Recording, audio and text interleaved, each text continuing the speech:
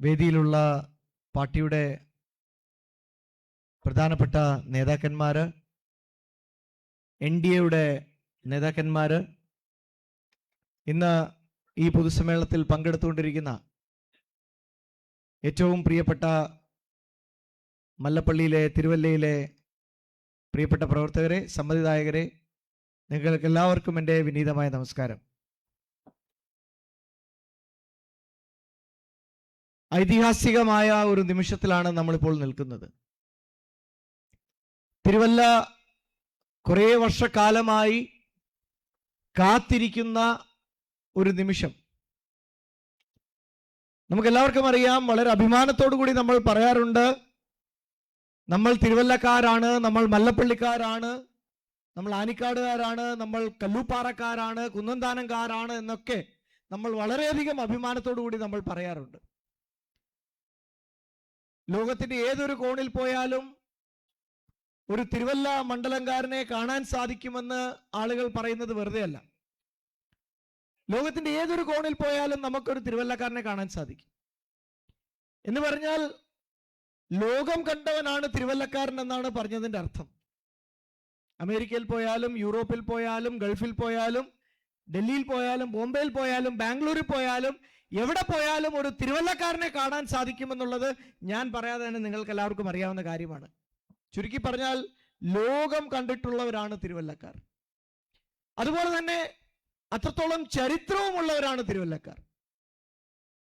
നമുക്കറിയാം, നമ്മുടെ ഈ നാട്ടിലൊക്കെ ഞാൻ കുറച്ച് നാളുകൾക്ക് മുമ്പ് നിരണം എന്ന് പറയുന്ന നമ്മുടെ തിരുവല്ല മണ്ഡലത്തിന്റെ അങ്ങേ അറ്റത്ത് പല പരിപാടികൾക്കൊക്കെ ആയിട്ട് പോകാനിടയുണ്ടായി. നിരണത്ത് പോകുമ്പോഴൊക്കെ നിരണത്തിന്റെ ചരിത്രം പറയുമ്പോൾ 400-500 വർഷങ്ങൾക്ക് മുമ്പൊക്കെ പായ്ക്കപ്പലിലൊക്കെ വിദേശത്ത് നിന്ന് ആളുകൾ വാണിജ്യത്തിനും വ്യാപാരത്തിനും വേണ്ടി വന്നുകൊണ്ടിരുന്ന സ്ഥലങ്ങളാണ് നിരണത്തുള്ള പ്രദേശങ്ങൾ എന്നൊക്കെ ആളുകൾ പറഞ്ഞ് ഞാൻ മനസ്സിലാക്കിയിട്ടുണ്ട്. എന്ന് പറഞ്ഞാൽ ചരിത്രമുറങ്ങുന്ന മണ്ണാണ് ഈ തിരുവല്ല മണ്ഡലം. ഒരു വശത്ത് ലോകം കണ്ടവരും മറുവശത്ത് ചരിത്രമുറങ്ങുന്ന മണ്ണുമാണ് തിരുവല്ല.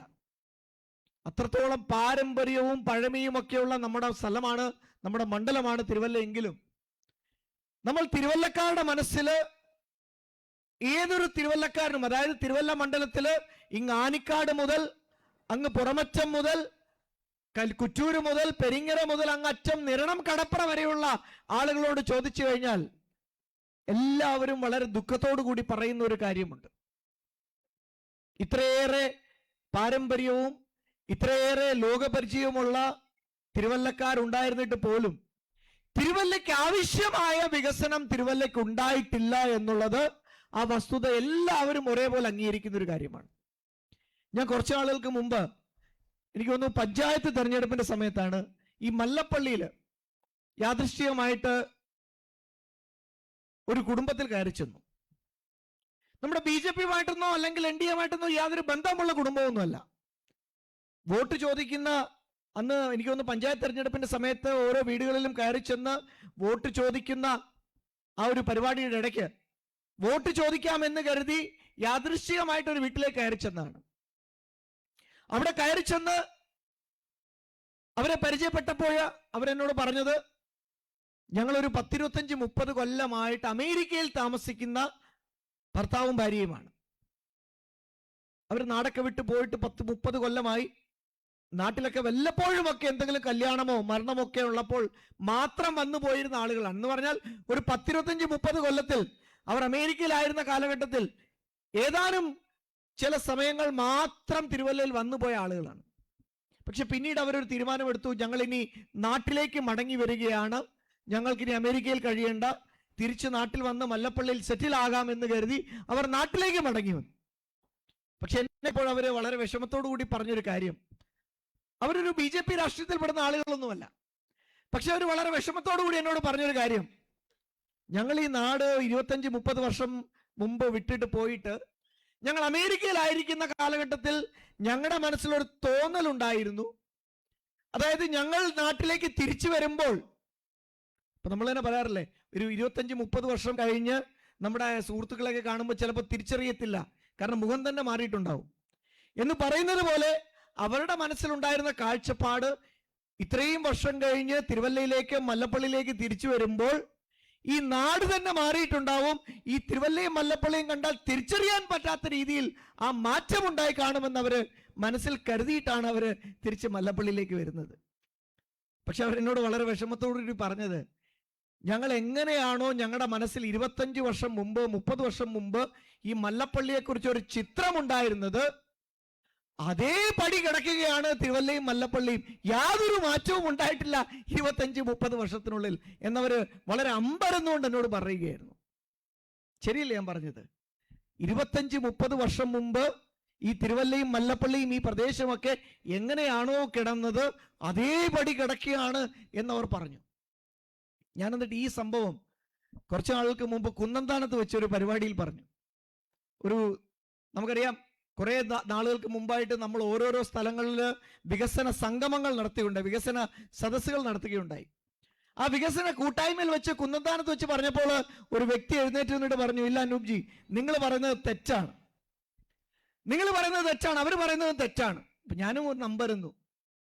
അപ്പൊ എന്നിട്ട് എന്നോട് പറഞ്ഞു, അവർ പറയുന്നത് 25 വർഷം മുമ്പ് 30 വർഷം മുമ്പ് തിരുവല്ലയും മല്ലപ്പള്ളിയും ഒക്കെ എങ്ങനെയാണോ കിടന്നത് അതേപടി കിടക്കുകയാണ് എന്ന് അവർ പറയുന്നത് തെറ്റാണ്.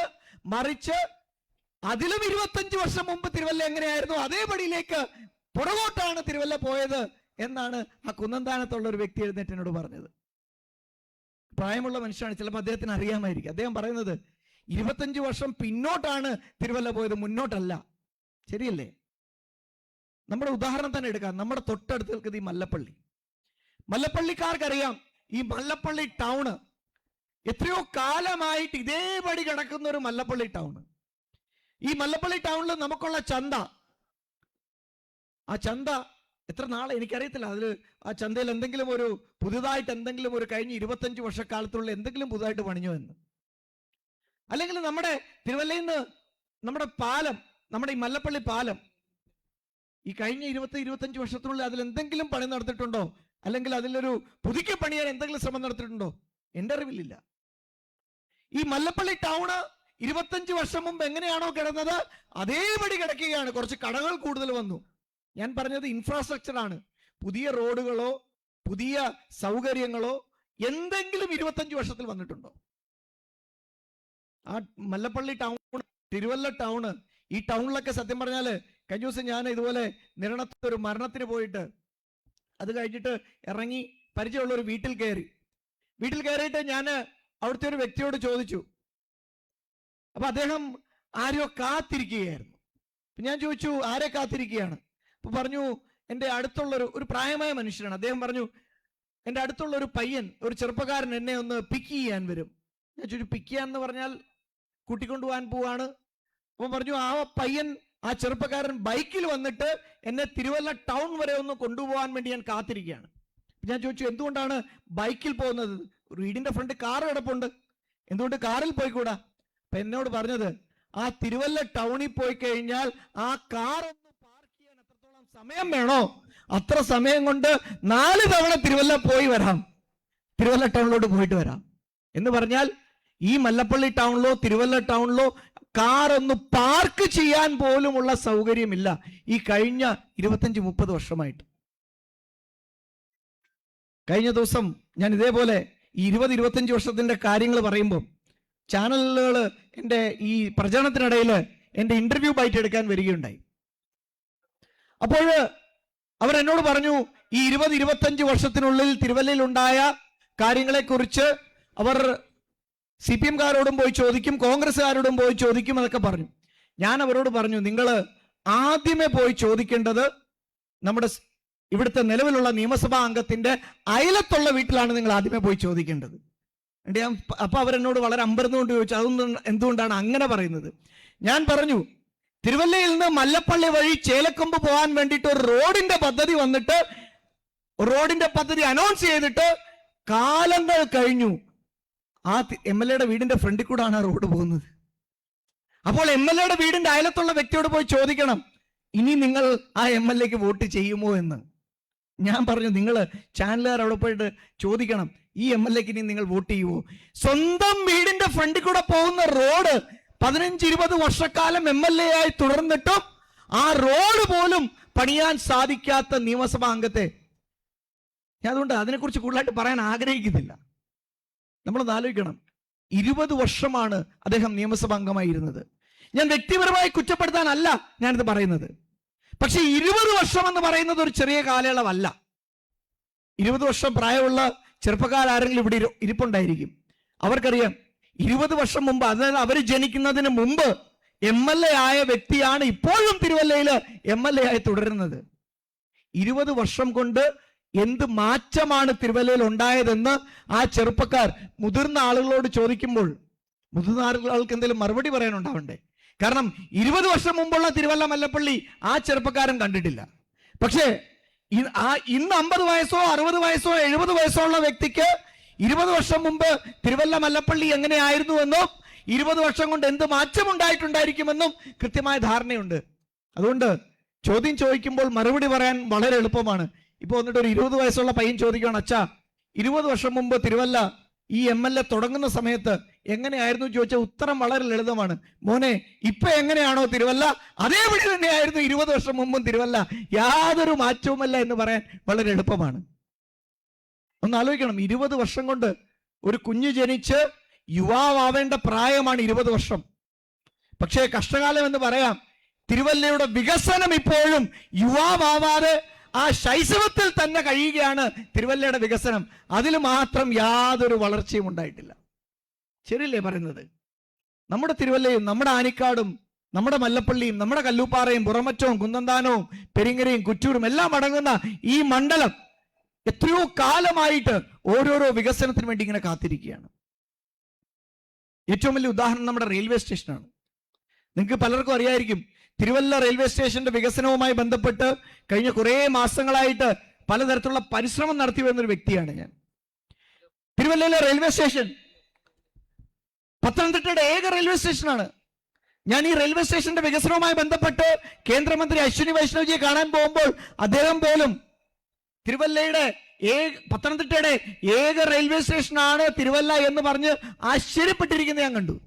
പക്ഷെ അതിൽ കൂടുതൽ ആശ്ചര്യമുണ്ടാക്കിയ, എന്നെ ആശ്ചര്യപ്പെടുത്തിയ ഒരു കാര്യം അദ്ദേഹം പറഞ്ഞത്, ഈ തിരുവല്ല റെയിൽവേ സ്റ്റേഷൻ പത്തനംതിട്ടയുടെ ഏക റെയിൽവേ സ്റ്റേഷനായ തിരുവല്ല റെയിൽവേ സ്റ്റേഷന്റെ ശബരിമല നിലനിൽക്കുന്ന ഈ പത്തനംതിട്ട ജില്ലയുടെ ഏക റെയിൽവേ സ്റ്റേഷനായ തിരുവല്ല റെയിൽവേ സ്റ്റേഷന്റെ വികസനത്തിന്റെ കാര്യം പറയാൻ വേണ്ടിയിട്ട് നിലവിലെ MP ഒരു തവണ പോലും അദ്ദേഹത്തിനടുത്ത് കയറി ചെന്നില്ല എന്ന് പറഞ്ഞപ്പോൾ ഞാൻ സത്യം പറഞ്ഞ് ആശ്ചര്യപ്പെട്ടു പോയി. ഞാൻ ആരെയും താരതമ്യം ചെയ്യാനോ ആരെയും പുകഴ്ത്താനോ ഇകഴ്ത്താനോ ഒന്നുമല്ല ഈ പറയുന്നത്. പക്ഷേ നമ്മൾ ശ്രദ്ധിക്കേണ്ടത്, നമ്മുടെ മറ്റ് അയലത്തും അപ്പുറത്തുമുള്ള റെയിൽവേ സ്റ്റേഷനുകളൊക്കെ എവിടെ എത്തിയെന്ന് നമ്മൾ ആലോചിക്കണം. ഞാൻ റെയിൽവേ സ്റ്റേഷന്റെ പേരൊന്നും എടുക്കുന്നില്ല. നമ്മളെക്കാളും പിന്നിലായിരുന്ന പല റെയിൽവേ സ്റ്റേഷനുകളും ഇന്ന് എവിടെ എത്തിയെന്ന് നമ്മൾ ആലോചിക്കണം. ഇപ്പോഴും തിരുവല്ല റെയിൽവേ സ്റ്റേഷൻ അതേപടി കിടക്കുകയാണ്, ആ പഴയ രീതിയിൽ കിടക്കുകയാണ്. തിരുവല്ല റെയിൽവേ സ്റ്റേഷന് സ്ഥലക്കുറവുണ്ടായിട്ടല്ല, തിരുവല്ല റെയിൽവേ സ്റ്റേഷന് കണക്ടിവിറ്റിക്ക് ബുദ്ധിമുട്ടുണ്ടായിട്ടല്ല. പക്ഷെ തിരുവല്ല റെയിൽവേ സ്റ്റേഷൻ ഇപ്പോഴും മറ്റെല്ലാ റെയിൽവേ സ്റ്റേഷനും, കഴിഞ്ഞ ദിവസം പ്രധാനമന്ത്രി ചങ്ങനാശ്ശേരി റെയിൽവേ സ്റ്റേഷൻ ഉദ്ഘാടനം ചെയ്തു, എല്ലാവരും കണ്ടു കാണും. പുതുക്കി പണിഞ്ഞ ചങ്ങനാശ്ശേരി റെയിൽവേ സ്റ്റേഷൻ ഉദ്ഘാടനം നടന്നു. ഓരോരോ റെയിൽവേ സ്റ്റേഷനായിട്ട് ഭാരതത്തിൽ നമ്മുടെ അയലത്തുള്ള റെയിൽവേ സ്റ്റേഷൻ വരെ പുതുക്കി പണിത് റെയിൽവേയുടെ വികസനം നടന്നുകൊണ്ടിരിക്കുമ്പോൾ തിരുവല്ലയുടെ വികസനത്തിന് വേണ്ടിയിട്ട് ഒരക്ഷരം മിണ്ടാൻ ഇവിടുത്തെ തെരഞ്ഞെടുക്കപ്പെട്ട പ്രതിനിധികൾ ഡൽഹിയിലോ തിരുവനന്തപുരത്തോ പോയി ഒരു ചെറു വിരൽ അനക്കാൻ ശ്രമിച്ചിട്ടില്ല. അങ്ങനെ ഞാനിപ്പോ പറഞ്ഞതുപോലെ ഓരോന്നോരോന്നായി നിരവധി കാര്യങ്ങൾ ആനിക്കാടുകാർക്ക് അറിയാം. ഏറ്റവും അധികം കുടിവെള്ള പ്രശ്നം അനുഭവപ്പെടുന്ന ഒരു നാടാണ് ആനിക്കാട് എന്ന് പറയുന്ന പ്രദേശം. ആനിക്കാട് കുടിവെള്ള പ്രശ്നം പരിഹരിക്കാൻ വേണ്ടിയിട്ട് ഒരു വാട്ടർ ടാങ്ക് പണിഞ്ഞിട്ടിട്ട് കാട് കയറി കിടക്കുകയാണ് എത്രയോ നാളുകളായിട്ട്. സത്യം പറഞ്ഞ ദ്രോഹമല്ലേ ഒരു ജനതയോട് ചെയ്യുന്നത്? ആനിക്കാട് എന്ന് പറയുന്ന പ്രദേശത്ത് എനിക്ക് വോട്ട് വേണ്ട എന്ന മൈൻഡ് സെറ്റോടുകൂടി ഇവിടുത്തെ തെരഞ്ഞെടുക്കപ്പെട്ട ജനപ്രതിനിധി പറയുകയാണ്, അത് കാട് പിടിച്ച് കിടന്നാലും എനിക്ക് കുഴപ്പമില്ല എന്ന് പറയുമ്പോൾ ആ ജനതയോട് കാണിക്കുന്ന എത്ര വലിയ ദ്രോഹമാണ്. അപ്പൊ അതുകൊണ്ട് ഇത്രയേറെ വികസന കാര്യങ്ങൾ, ഇത്രയേറെ വികസന സാധ്യതകൾ, ഇത്രയേറെ പ്രശ്നങ്ങൾ പരിഹരിക്കാൻ കിടക്കുന്ന ഈ തിരുവല്ലയിൽ ഇത്രയും നാളായിട്ടും ഇതൊന്നും നടന്നില്ലെങ്കിൽ, ഞാൻ അതുകൊണ്ടാണ് പറയുന്നത്, നമുക്ക് നഷ്ടപ്പെട്ടത് വളരെ സുപ്രധാനമായ 10-25 വർഷമായിരുന്നു. പ്രധാനപ്പെട്ട 25 വർഷമാണ് നമുക്ക് നഷ്ടപ്പെട്ടത്. പക്ഷേ ഞാൻ എപ്പോഴും പറയും, കഴിഞ്ഞത് കഴിഞ്ഞു. ഞാൻ ജനങ്ങളോടും പറയുന്നത് അത് തന്നെയാണ്. ഇനി കഴിഞ്ഞത് കഴിഞ്ഞു. നമുക്കിനിയും പുതിയൊരു തുടക്കം വേണം. ഇനിയും നമുക്ക് കഴിഞ്ഞത് കഴിഞ്ഞെടുത്ത് നിന്ന് പുതിയതായിട്ട് തുടങ്ങിക്കൊണ്ട് ഈ തിരുവല്ലയിൽ മാറ്റങ്ങൾ ഉണ്ടാക്കാൻ പുതിയതായിട്ട് നമുക്കൊരു പദ്ധതി വേണം. ഈ തിരുവല്ലയെ പൊളിച്ചെഴുതാൻ, ഈ തിരുവല്ലയെ തിരുത്തി എഴുതാൻ നമുക്കൊരു പുതിയ തുടക്കം വേണം. തിരുവല്ലയ്ക്കൊരു മാറ്റം വേണം. ഇന്ന് ഒരു സിനിമാ സംവിധായകന്റെ ഇന്റർവ്യൂ നിങ്ങൾ പലരും കണ്ടിട്ടുണ്ടാവും. തിരുവല്ലയുടെ അഭിമാനമായ ഒരു സിനിമാ സംവിധായകൻ. അദ്ദേഹത്തിന്റെ ഇന്റർവ്യൂവിൽ പറയുന്നു, തിരുവല്ലയ്ക്കൊരു മാറ്റം വേണം എന്ന് പറഞ്ഞാൽ ഇന്ന് സാധാരണ ജനങ്ങൾ അവരുടെ ക്ഷമയുടെ നെല്ലിപ്പലക കണ്ടുകൊണ്ട്, സാധാരണ ഈ സാംസ്കാരിക സിനിമാ മേഖലയിലുള്ള വ്യക്തികളൊന്നും അത്ര പെട്ടെന്നൊന്നും പ്രതികരിക്കുന്ന ആളുകളല്ല. അതും ഇത്രയും പ്രശസ്തനായ ഒരു സംവിധായകൻ, തിരുവല്ലക്കാരനായിട്ടുള്ള സംവിധായകൻ. അദ്ദേഹം പോലും പ്രതികരിക്കുന്നെങ്കിൽ ഈ നാട്ടിലെ ജനങ്ങൾ ക്ഷമയുടെ നെല്ലിപ്പലക കണ്ടിട്ടാണ് ഇങ്ങനെ പ്രതികരിക്കുന്നത്. അതുകൊണ്ട് ഇനി കാത്തിരിക്കാൻ വയ്യ. ഇനിയും ആ തിരുവല്ലയുടെ വികസനത്തിന് വേണ്ടിയിട്ട് ഒരു കാത്തിരിക്കാൻ തിരുവല്ലയിലെ ജനങ്ങൾ തയ്യാറല്ല എന്നുള്ളതാണ് വാസ്തവം. കാരണം തിരുവല്ലയ്ക്ക് പരിഹരിക്കാൻ നിരവധി നിരവധി നിരവധി പ്രശ്നങ്ങളുണ്ട്. നമുക്കറിയാം, മല്ലപ്പള്ളിയുടെ കാര്യം തന്നെ എടുക്കാം. മല്ലപ്പള്ളിയിലെ എത്രയെത്ര റോഡുകൾ ഇപ്പോഴും വികസനത്തിന് വേണ്ടി കാത്തിരിക്കുന്ന എത്രയെത്ര റോഡുകൾ ഈ മല്ലപ്പള്ളി കിടക്കുന്നു. ആനിക്കാടുകാരുടെ കുടിവെള്ള പ്രശ്നം പരിഹരിക്കാൻ ഇന്നും ചെറുവിരൽ അനങ്ങിയിട്ടില്ല. ഈ കുന്നന്താനവും കല്ലൂപ്പാറയും മല്ലപ്പള്ളിയും അടങ്ങുന്ന ഈ പ്രദേശത്ത് കാട്ടുപന്നിയുടെ വന്യമൃഗങ്ങളുടെ ശല്യത്തിന് വേണ്ടിയിട്ട് ഒരു നടപടി പോലും എടുക്കാൻ സാധിച്ചിട്ടില്ല. ഈ തിരുവല്ല മല്ലപ്പള്ളി ടൗണിന്റെ വികസനത്തിന് വേണ്ടിയിട്ട് യാതൊരുവിധ പദ്ധതിയും എടുക്കാൻ സാധിച്ചിട്ടില്ല. അങ്ങനെ ഓരോരോ കാര്യങ്ങൾ തിരുവല്ല ടൗണിൽ വന്നു കഴിഞ്ഞാൽ, കഴിഞ്ഞ ദിവസം അവിടെ നിങ്ങളെല്ലാവരും കണ്ടിട്ടുണ്ടാവും, മഹാത്മാഗാന്ധി യൂണിവേഴ്സിറ്റിയുടെ കലോത്സവം നടക്കുകയുണ്ടായി. അപ്പൊ ഈ മഹാത്മാഗാന്ധി യൂണിവേഴ്സിറ്റിയുടെ കലോത്സവം നടത്താൻ വേണ്ടിയിട്ട് ഞാൻ ഒരു ദിവസം അതിന്റെ തയ്യാറെടുപ്പുകൾ അവിടെ നടക്കുമ്പോൾ അതിന്റെ സൈഡിൽ കൂടെ പോകുമ്പോൾ ആളുകൾ വന്ന് ഇങ്ങനെ കാട് വെട്ടിത്തെളിക്കുകയാണ്. അപ്പൊ ഞാനിത് എനിക്ക് പരിചയമുള്ള ഒരു വ്യക്തിയോട് പറഞ്ഞപ്പോൾ അദ്ദേഹം പങ്കുവെച്ച ഒരു അനുഭവം, അദ്ദേഹം പറഞ്ഞത്, ഒരു വർഷം മുമ്പ് മറ്റൊരു പരിപാടിക്ക് വേണ്ടിയിട്ട് തിരുവല്ല മുനിസിപ്പൽ സ്റ്റേഡിയം അവർ വാടകയ്ക്ക് എടുത്തു. ആ മുനിസിപ്പൽ സ്റ്റേഡിയത്തില് പരിപാടി നടത്താൻ വേണ്ടിയിട്ട് കാട് വെട്ടിത്തെളിച്ചപ്പോൾ അവർക്ക് കിട്ടിയത് 4 പെരുമ്പാമ്പിനെയാണ് എന്ന് അവർ എന്നോട് പറഞ്ഞു. ഒന്ന് ആലോചിക്കണം, തിരുവല്ലയുടെ കായിക സ്വപ്നങ്ങൾക്ക് ചിറകേകാൻ വേണ്ടിയിട്ട് കാലങ്ങൾക്ക് മുമ്പ് പണി കഴിപ്പിച്ച എത്രയോ കായിക പ്രതിഭകളെ സമ്മാനിച്ച് ഈ തിരുവല്ലയുടെ അഭിമാനമാകേണ്ടിയിരുന്ന, ഒരിക്കൽ രഞ്ജി ട്രോഫി കളിച്ച തിരുവല്ല പബ്ലിക് സ്റ്റേഡിയം, ആ പബ്ലിക് സ്റ്റേഡിയത്തിന്റെ അവസ്ഥയെക്കുറിച്ചാണ് ഞാൻ ഈ പറഞ്ഞത്. 4 പെരുമ്പാമ്പിനെയാണ് കാട് വെട്ടിത്തെളിച്ചപ്പോൾ അതിൽ നിന്ന് കിട്ടിയെന്ന് ഒരു വ്യക്തി എന്നോട് പറഞ്ഞത്. എന്ന് പറഞ്ഞാൽ തീർത്തും അവഗണന. ആനിക്കാടുകാര് കഴിഞ്ഞ ദിവസം എന്നോട് പറഞ്ഞു, നിലവിലെ നിയമസഭാ അംഗം അവിടെ എന്തോ പ്രസംഗം നടത്തി പോലും കുറച്ച് നാളുകൾക്ക് മുമ്പ്. അതായത് ആനിക്കാടുകാരുടെ വോട്ട് കിട്ടിയിട്ടല്ല ഞാൻ ജയിച്ചത്, അതുകൊണ്ട് ആനിക്കാടുകാരുടെ വോട്ട് എനിക്ക് വേണ്ട, അതുകൊണ്ട് ഞാൻ അവിടെ ശ്രദ്ധിക്കാറില്ല എന്ന് പറഞ്ഞാൽ ആനിക്കാടുകാരോട് ഭയങ്കര അവഗണനയാണ് എന്ന് കുറച്ച് ദിവസം മുമ്പ് ആനിക്കാടുകാർ എന്നോട് പറഞ്ഞു. അപ്പൊ ഞാൻ അവരോട് പറഞ്ഞു, എന്നാൽ നിങ്ങൾക്ക് തെറ്റിപ്പറ്റിപ്പോയി. ഇത് ഈ തിരുവല്ല മണ്ഡലത്തിലെ ഏതൊരു പഞ്ചായത്തിൽ പോയി ചോദിച്ചാലും അവർ ഇതേ മറുപടി പറയും. ഞങ്ങളോട് തീർത്തും അവഗണന കാണിച്ച ഒരു നിയമസഭാ അംഗമാണ് കഴിഞ്ഞ 20 വർഷമായി ഇരുന്നത്. സ്വന്തം, അതായത് തിരുവല്ല മുനിസിപ്പാലിറ്റി, അദ്ദേഹം താമസിക്കുന്ന മുനിസിപ്പാലിറ്റിയിലുള്ള സ്റ്റേഡിയം പോലും നന്നാക്കാൻ സാധിക്കാത്ത രീതിയിലുള്ള വികസനം പോട്ടെ, സ്വന്തം വീടിന്റെ ഫ്രണ്ടിൽ കൂടെ പോകുന്ന റോഡ് പോലും. അപ്പൊ എന്ത് വികസനമാണ് തിരുവല്ലയ്ക്ക് കഴിഞ്ഞ 20 വർഷം കൊണ്ട് കിട്ടിയത്? അതുകൊണ്ടാണ് ഞാൻ നേരത്തെ പറഞ്ഞത്, ഇത്രയേറെ പാരമ്പര്യമുള്ള, ചരിത്രമുറങ്ങുന്ന മണ്ണായ, ലോകം കണ്ടിട്ടുള്ള, ലോകപരിചയമുള്ള തിരുവല്ലക്കാരെ കളിയാക്കുന്നതിന് തുല്യമാണ് ഈ കഴിഞ്ഞു കടന്നുപോയ 20 വർഷങ്ങൾ. പക്ഷെ നമുക്കത് തിരിച്ചു പിടിക്കണം. ആ 20 വർഷങ്ങൾ നമുക്ക് തിരിച്ചു പിടിച്ചുകൊണ്ട് തിരുവല്ലയുടെ വികസനത്തിന്റെ മുഖച്ഛായ നമുക്ക് മാറ്റിയെടുക്കണം.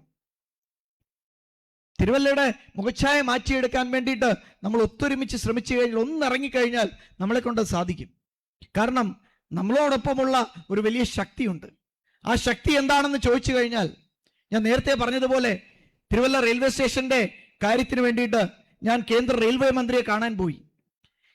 കേന്ദ്ര റെയിൽവേ മന്ത്രിയെ കാണാൻ പോയപ്പോൾ ഞാൻ കരുതിയത് അദ്ദേഹം ആ പേപ്പർ മേടിച്ച് വെക്കും, എന്നിട്ട് അദ്ദേഹത്തിന് പിയോട് പറയും ഇത് നാളെ നമുക്ക് ഒന്ന് ചർച്ച ചെയ്യണം എന്നൊക്കെയാണ് ഞാൻ കരുതിയത്. പക്ഷെ എൻ്റെ മുമ്പിൽ ഇരുന്നുകൊണ്ട് അദ്ദേഹത്തിന് പിയോട് പറഞ്ഞു, തിരുവനന്തപുരത്ത് ഇരിക്കുന്ന ഡിവിഷണൽ റീജിയണൽ മാനേജറെ ഫോൺ വിളിക്കൂ എന്ന്. ഞാൻ അത്ഭുതപ്പെട്ടു പോയി. എൻ്റെ മുമ്പിൽ ഇരുന്നുകൊണ്ട് റെയിൽവേയുടെ divisional regional manager DRM phone വിളിക്കുകയാണ്. എന്നിട്ട് പറയുകയാണ് തിരുവല്ല റെയിൽവേ സ്റ്റേഷനോട് ബന്ധപ്പെട്ട് ഇന്ന ട്രെയിൻ സ്റ്റോപ്പ് അനുവദിക്കണം, ഇന്ന കാര്യങ്ങൾ ചെയ്യണം. ഓരോരോ കാര്യങ്ങൾ എൻ്റെ മുമ്പിൽ ഇരുന്ന് പറഞ്ഞു കൊടുക്കുകയാണ്. ഒപ്പം PS പറയുകയാണ്, പ്രൈവറ്റ് സെക്രട്ടറി പറയുകയാണ്, ഈ വന്നിരിക്കുന്ന അനൂപ് ആന്റണി കൊണ്ടുവന്നിരിക്കുന്ന ഈ നിവേദനം ഇപ്പോൾ തന്നെ ഫാക്സോ ഇമെയിലോ ആയിട്ട് തിരുവനന്തപുരത്തേക്ക് അയക്കണം. എന്നിട്ട് ഒരാഴ്ച കഴിഞ്ഞപ്പോൾ ഇവിടെ ഇരിക്കുന്ന പല നേതാക്കന്മാരും കൂടെ ഉണ്ടായിരുന്നു. ആ DRM ഒരു സംഘവുമായി വന്ന് ഈ ഇവിടെയുള്ള തിരുവല്ല റെയിൽവേ സ്റ്റേഷന്റെ ഇൻസ്പെക്ഷൻ നടത്താൻ വരികയുണ്ടായി. എന്ന് പറഞ്ഞാൽ നമ്മൾ കയറി ചെന്ന് ചോദിച്ചു കഴിഞ്ഞാൽ ഉടനെ തന്നെ നമ്മളെ കൈപിടിക്കാൻ, നമ്മളെ ചേർത്ത് പിടിക്കാൻ താല്പര്യമുള്ള, നമ്മളോടൊപ്പം നിൽക്കാൻ താല്പര്യമുള്ള നരേന്ദ്രമോദിയുടെ സർക്കാർ നമ്മളോടൊപ്പം ഉണ്ട് എന്നതാണ് നമ്മുടെ കൂടെയുള്ള ഏറ്റവും വലിയ ശക്തി. അതുകൊണ്ടാണ് നമ്മൾ പറയുന്നത്, തിരുവല്ലയിൽ നമ്മൾ ഉണ്ടാക്കാൻ പോകുന്നത്, തിരുവല്ലയിൽ നമ്മൾ വിജയിച്ചു കഴിഞ്ഞാൽ വരാൻ പോകുന്നത് സാധാരണ MLA അല്ല. തിരുവല്ലയിൽ നമ്മൾ വിജയിച്ചു കഴിഞ്ഞാൽ വരാൻ പോകുന്നത് ഒരു ഡബിൾ എഞ്ചിൻ MLA ആണ്. ഒരു ഡബിൾ എഞ്ചിൻ MLA എന്ന് പറഞ്ഞാൽ ഒരു MLAയുടെ ശക്തി മാത്രമല്ല, നരേന്ദ്രമോദിയുടെ ശക്തി കൂടി ഒരുമിച്ച് ചേർന്നുകൊണ്ടുള്ള വികസനമായിരിക്കും ഈ തിരുവല്ലയിലും മല്ലപ്പള്ളിയിലും ഒക്കെ വരാൻ പോകുന്നത്. നമുക്ക് എന്ത് കാര്യത്തിനും കയറിച്ചെല്ലാൻ, വളരെ എളുപ്പത്തിൽ കയറിച്ചെല്ലാൻ നമുക്കിന്നൊരു പ്രധാനമന്ത്രിയുണ്ട്. നിങ്ങൾക്കൊക്കെ ഓർമ്മയുണ്ടാവും, കഴിഞ്ഞൊരു മാസം മുമ്പ് തിരുവനന്തപുരത്തെ കൗൺസിലർമാരുടെ, തിരുവനന്തപുരത്തെ നിങ്ങൾക്ക് എല്ലാവർക്കും കോർപ്പറേഷനിൽ നമ്മൾ വിജയിച്ചു.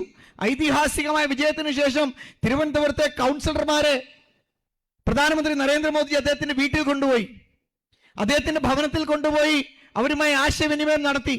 അവരുടെ കൂട്ടത്തിൽ ഞാനും പോയിരുന്നു. നമ്മുടെ കുറ്റൂർ പഞ്ചായത്ത് BJP ഭരിക്കുന്ന പഞ്ചായത്താണ്. കുറ്റൂർ പഞ്ചായത്തിന്റെ പ്രസിഡന്റായിട്ടുള്ള പ്രസന്ന ചേച്ചി ഇവിടെ ഉണ്ടോന്ന് എനിക്കറിയില്ല. പ്രസന്ന ചേച്ചിയും കൊണ്ടുപോയി. പ്രസന്ന ചേച്ചി ആദ്യമായിട്ടാണ് ഡൽഹി കാണുന്നത്. പ്രസന്ന ചേച്ചി ആദ്യമായിട്ട് ഡൽഹി കാണുന്നത്, സാധാരണ ഒരു വ്യക്തി ആദ്യമായിട്ട് ഡൽഹി ചെല്ലുമ്പോൾ ഡൽഹി കാണുന്നത് കൊണോട്ട് പ്ലേസും ഇന്ത്യ ഗേറ്റും ഒക്കെ ആയിരിക്കും. പക്ഷെ പ്രസന്ന ചേച്ചി ആദ്യമായിട്ട് ഡൽഹിയിൽ കാണുന്നത് പ്രധാനമന്ത്രിയുടെ വീടാണ്. അത് മാത്രമല്ല, വീടിന്റെ പുറത്തു നിന്നല്ല കാണുന്നത്, വീടിന്റെ അകത്ത് കയറിയിട്ട്, പ്രധാനമന്ത്രി താമസിക്കുന്ന വീടിനകത്ത് കയറിയിരുന്നിട്ട് പ്രധാനമന്ത്രിയോടൊപ്പം പ്രധാനമന്ത്രിയുടെ ഡൈനിങ് ടേബിൾ ഇരുന്നുകൊണ്ട് ഭക്ഷണം കഴിച്ചുകൊണ്ടാണ് പ്രസന്ന ചേച്ചി ആദ്യമായിട്ട് ഡൽഹി കണ്ടത്. എന്ന് പറഞ്ഞാൽ ഭാരതീയ ജനതാ പാർട്ടിയുടെ NDAയുടെ ഒരു ജനപ്രതിനിധി ജയിച്ചു വന്നാൽ എത്രത്തോളം ചേർത്ത് പിടിക്കുന്ന ഒരു പ്രധാനമന്ത്രിയാണ് നമുക്കുള്ളത് എന്ന് പറയാൻ വേണ്ടിയിട്ടാണ് ഞാൻ ഈ ഉദാഹരണം പറഞ്ഞത്.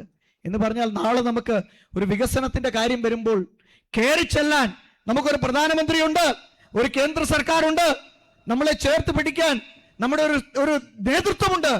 ആ ശക്തിയാണ് തിരുവല്ലയുടെ തലവര തിരുത്തി എഴുതാൻ പോകുന്നത്. അതുകൊണ്ട് ഈ വരാൻ പോകുന്ന തെരഞ്ഞെടുപ്പ് ഒരു ഡബിൾ എഞ്ചിൻ MLA സൃഷ്ടിക്കാനുള്ള തെരഞ്ഞെടുപ്പാണ്. തീർച്ചയായിട്ടും NDAയുടെ സാരഥിയായിട്ട്, സ്ഥാനാർത്ഥിയായിട്ട് ഞാനിവിടെ മത്സരിക്കുമ്പോൾ നിങ്ങൾക്ക് എല്ലാവർക്കും അറിയാം എൻ്റെ ഒരു സ്വഭാവം. ഏത് 24 മണിക്കൂറിൽ എപ്പോൾ വിളിച്ചാലും അത്യാവശ്യം ഫോൺ എടുക്കുന്ന ഒരു വ്യക്തിയാണ് ഞാൻ.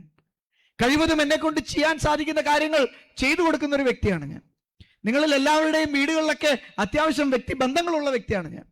തീർച്ചയായിട്ടും അതുകൊണ്ട് തിരുവല്ലയിലെ ജനങ്ങൾക്കൊപ്പം നിന്നുകൊണ്ട്, ഏറ്റവും താഴെത്തട്ടിലെ വ്യക്തിയോടൊപ്പം നിന്നുകൊണ്ട്, അവൻ്റെ പ്രശ്നങ്ങൾ മനസ്സിലാക്കിക്കൊണ്ട് ഓരോ കാര്യങ്ങൾ ചെയ്യണം എന്നെനിക്ക് ആഗ്രഹമുണ്ട്.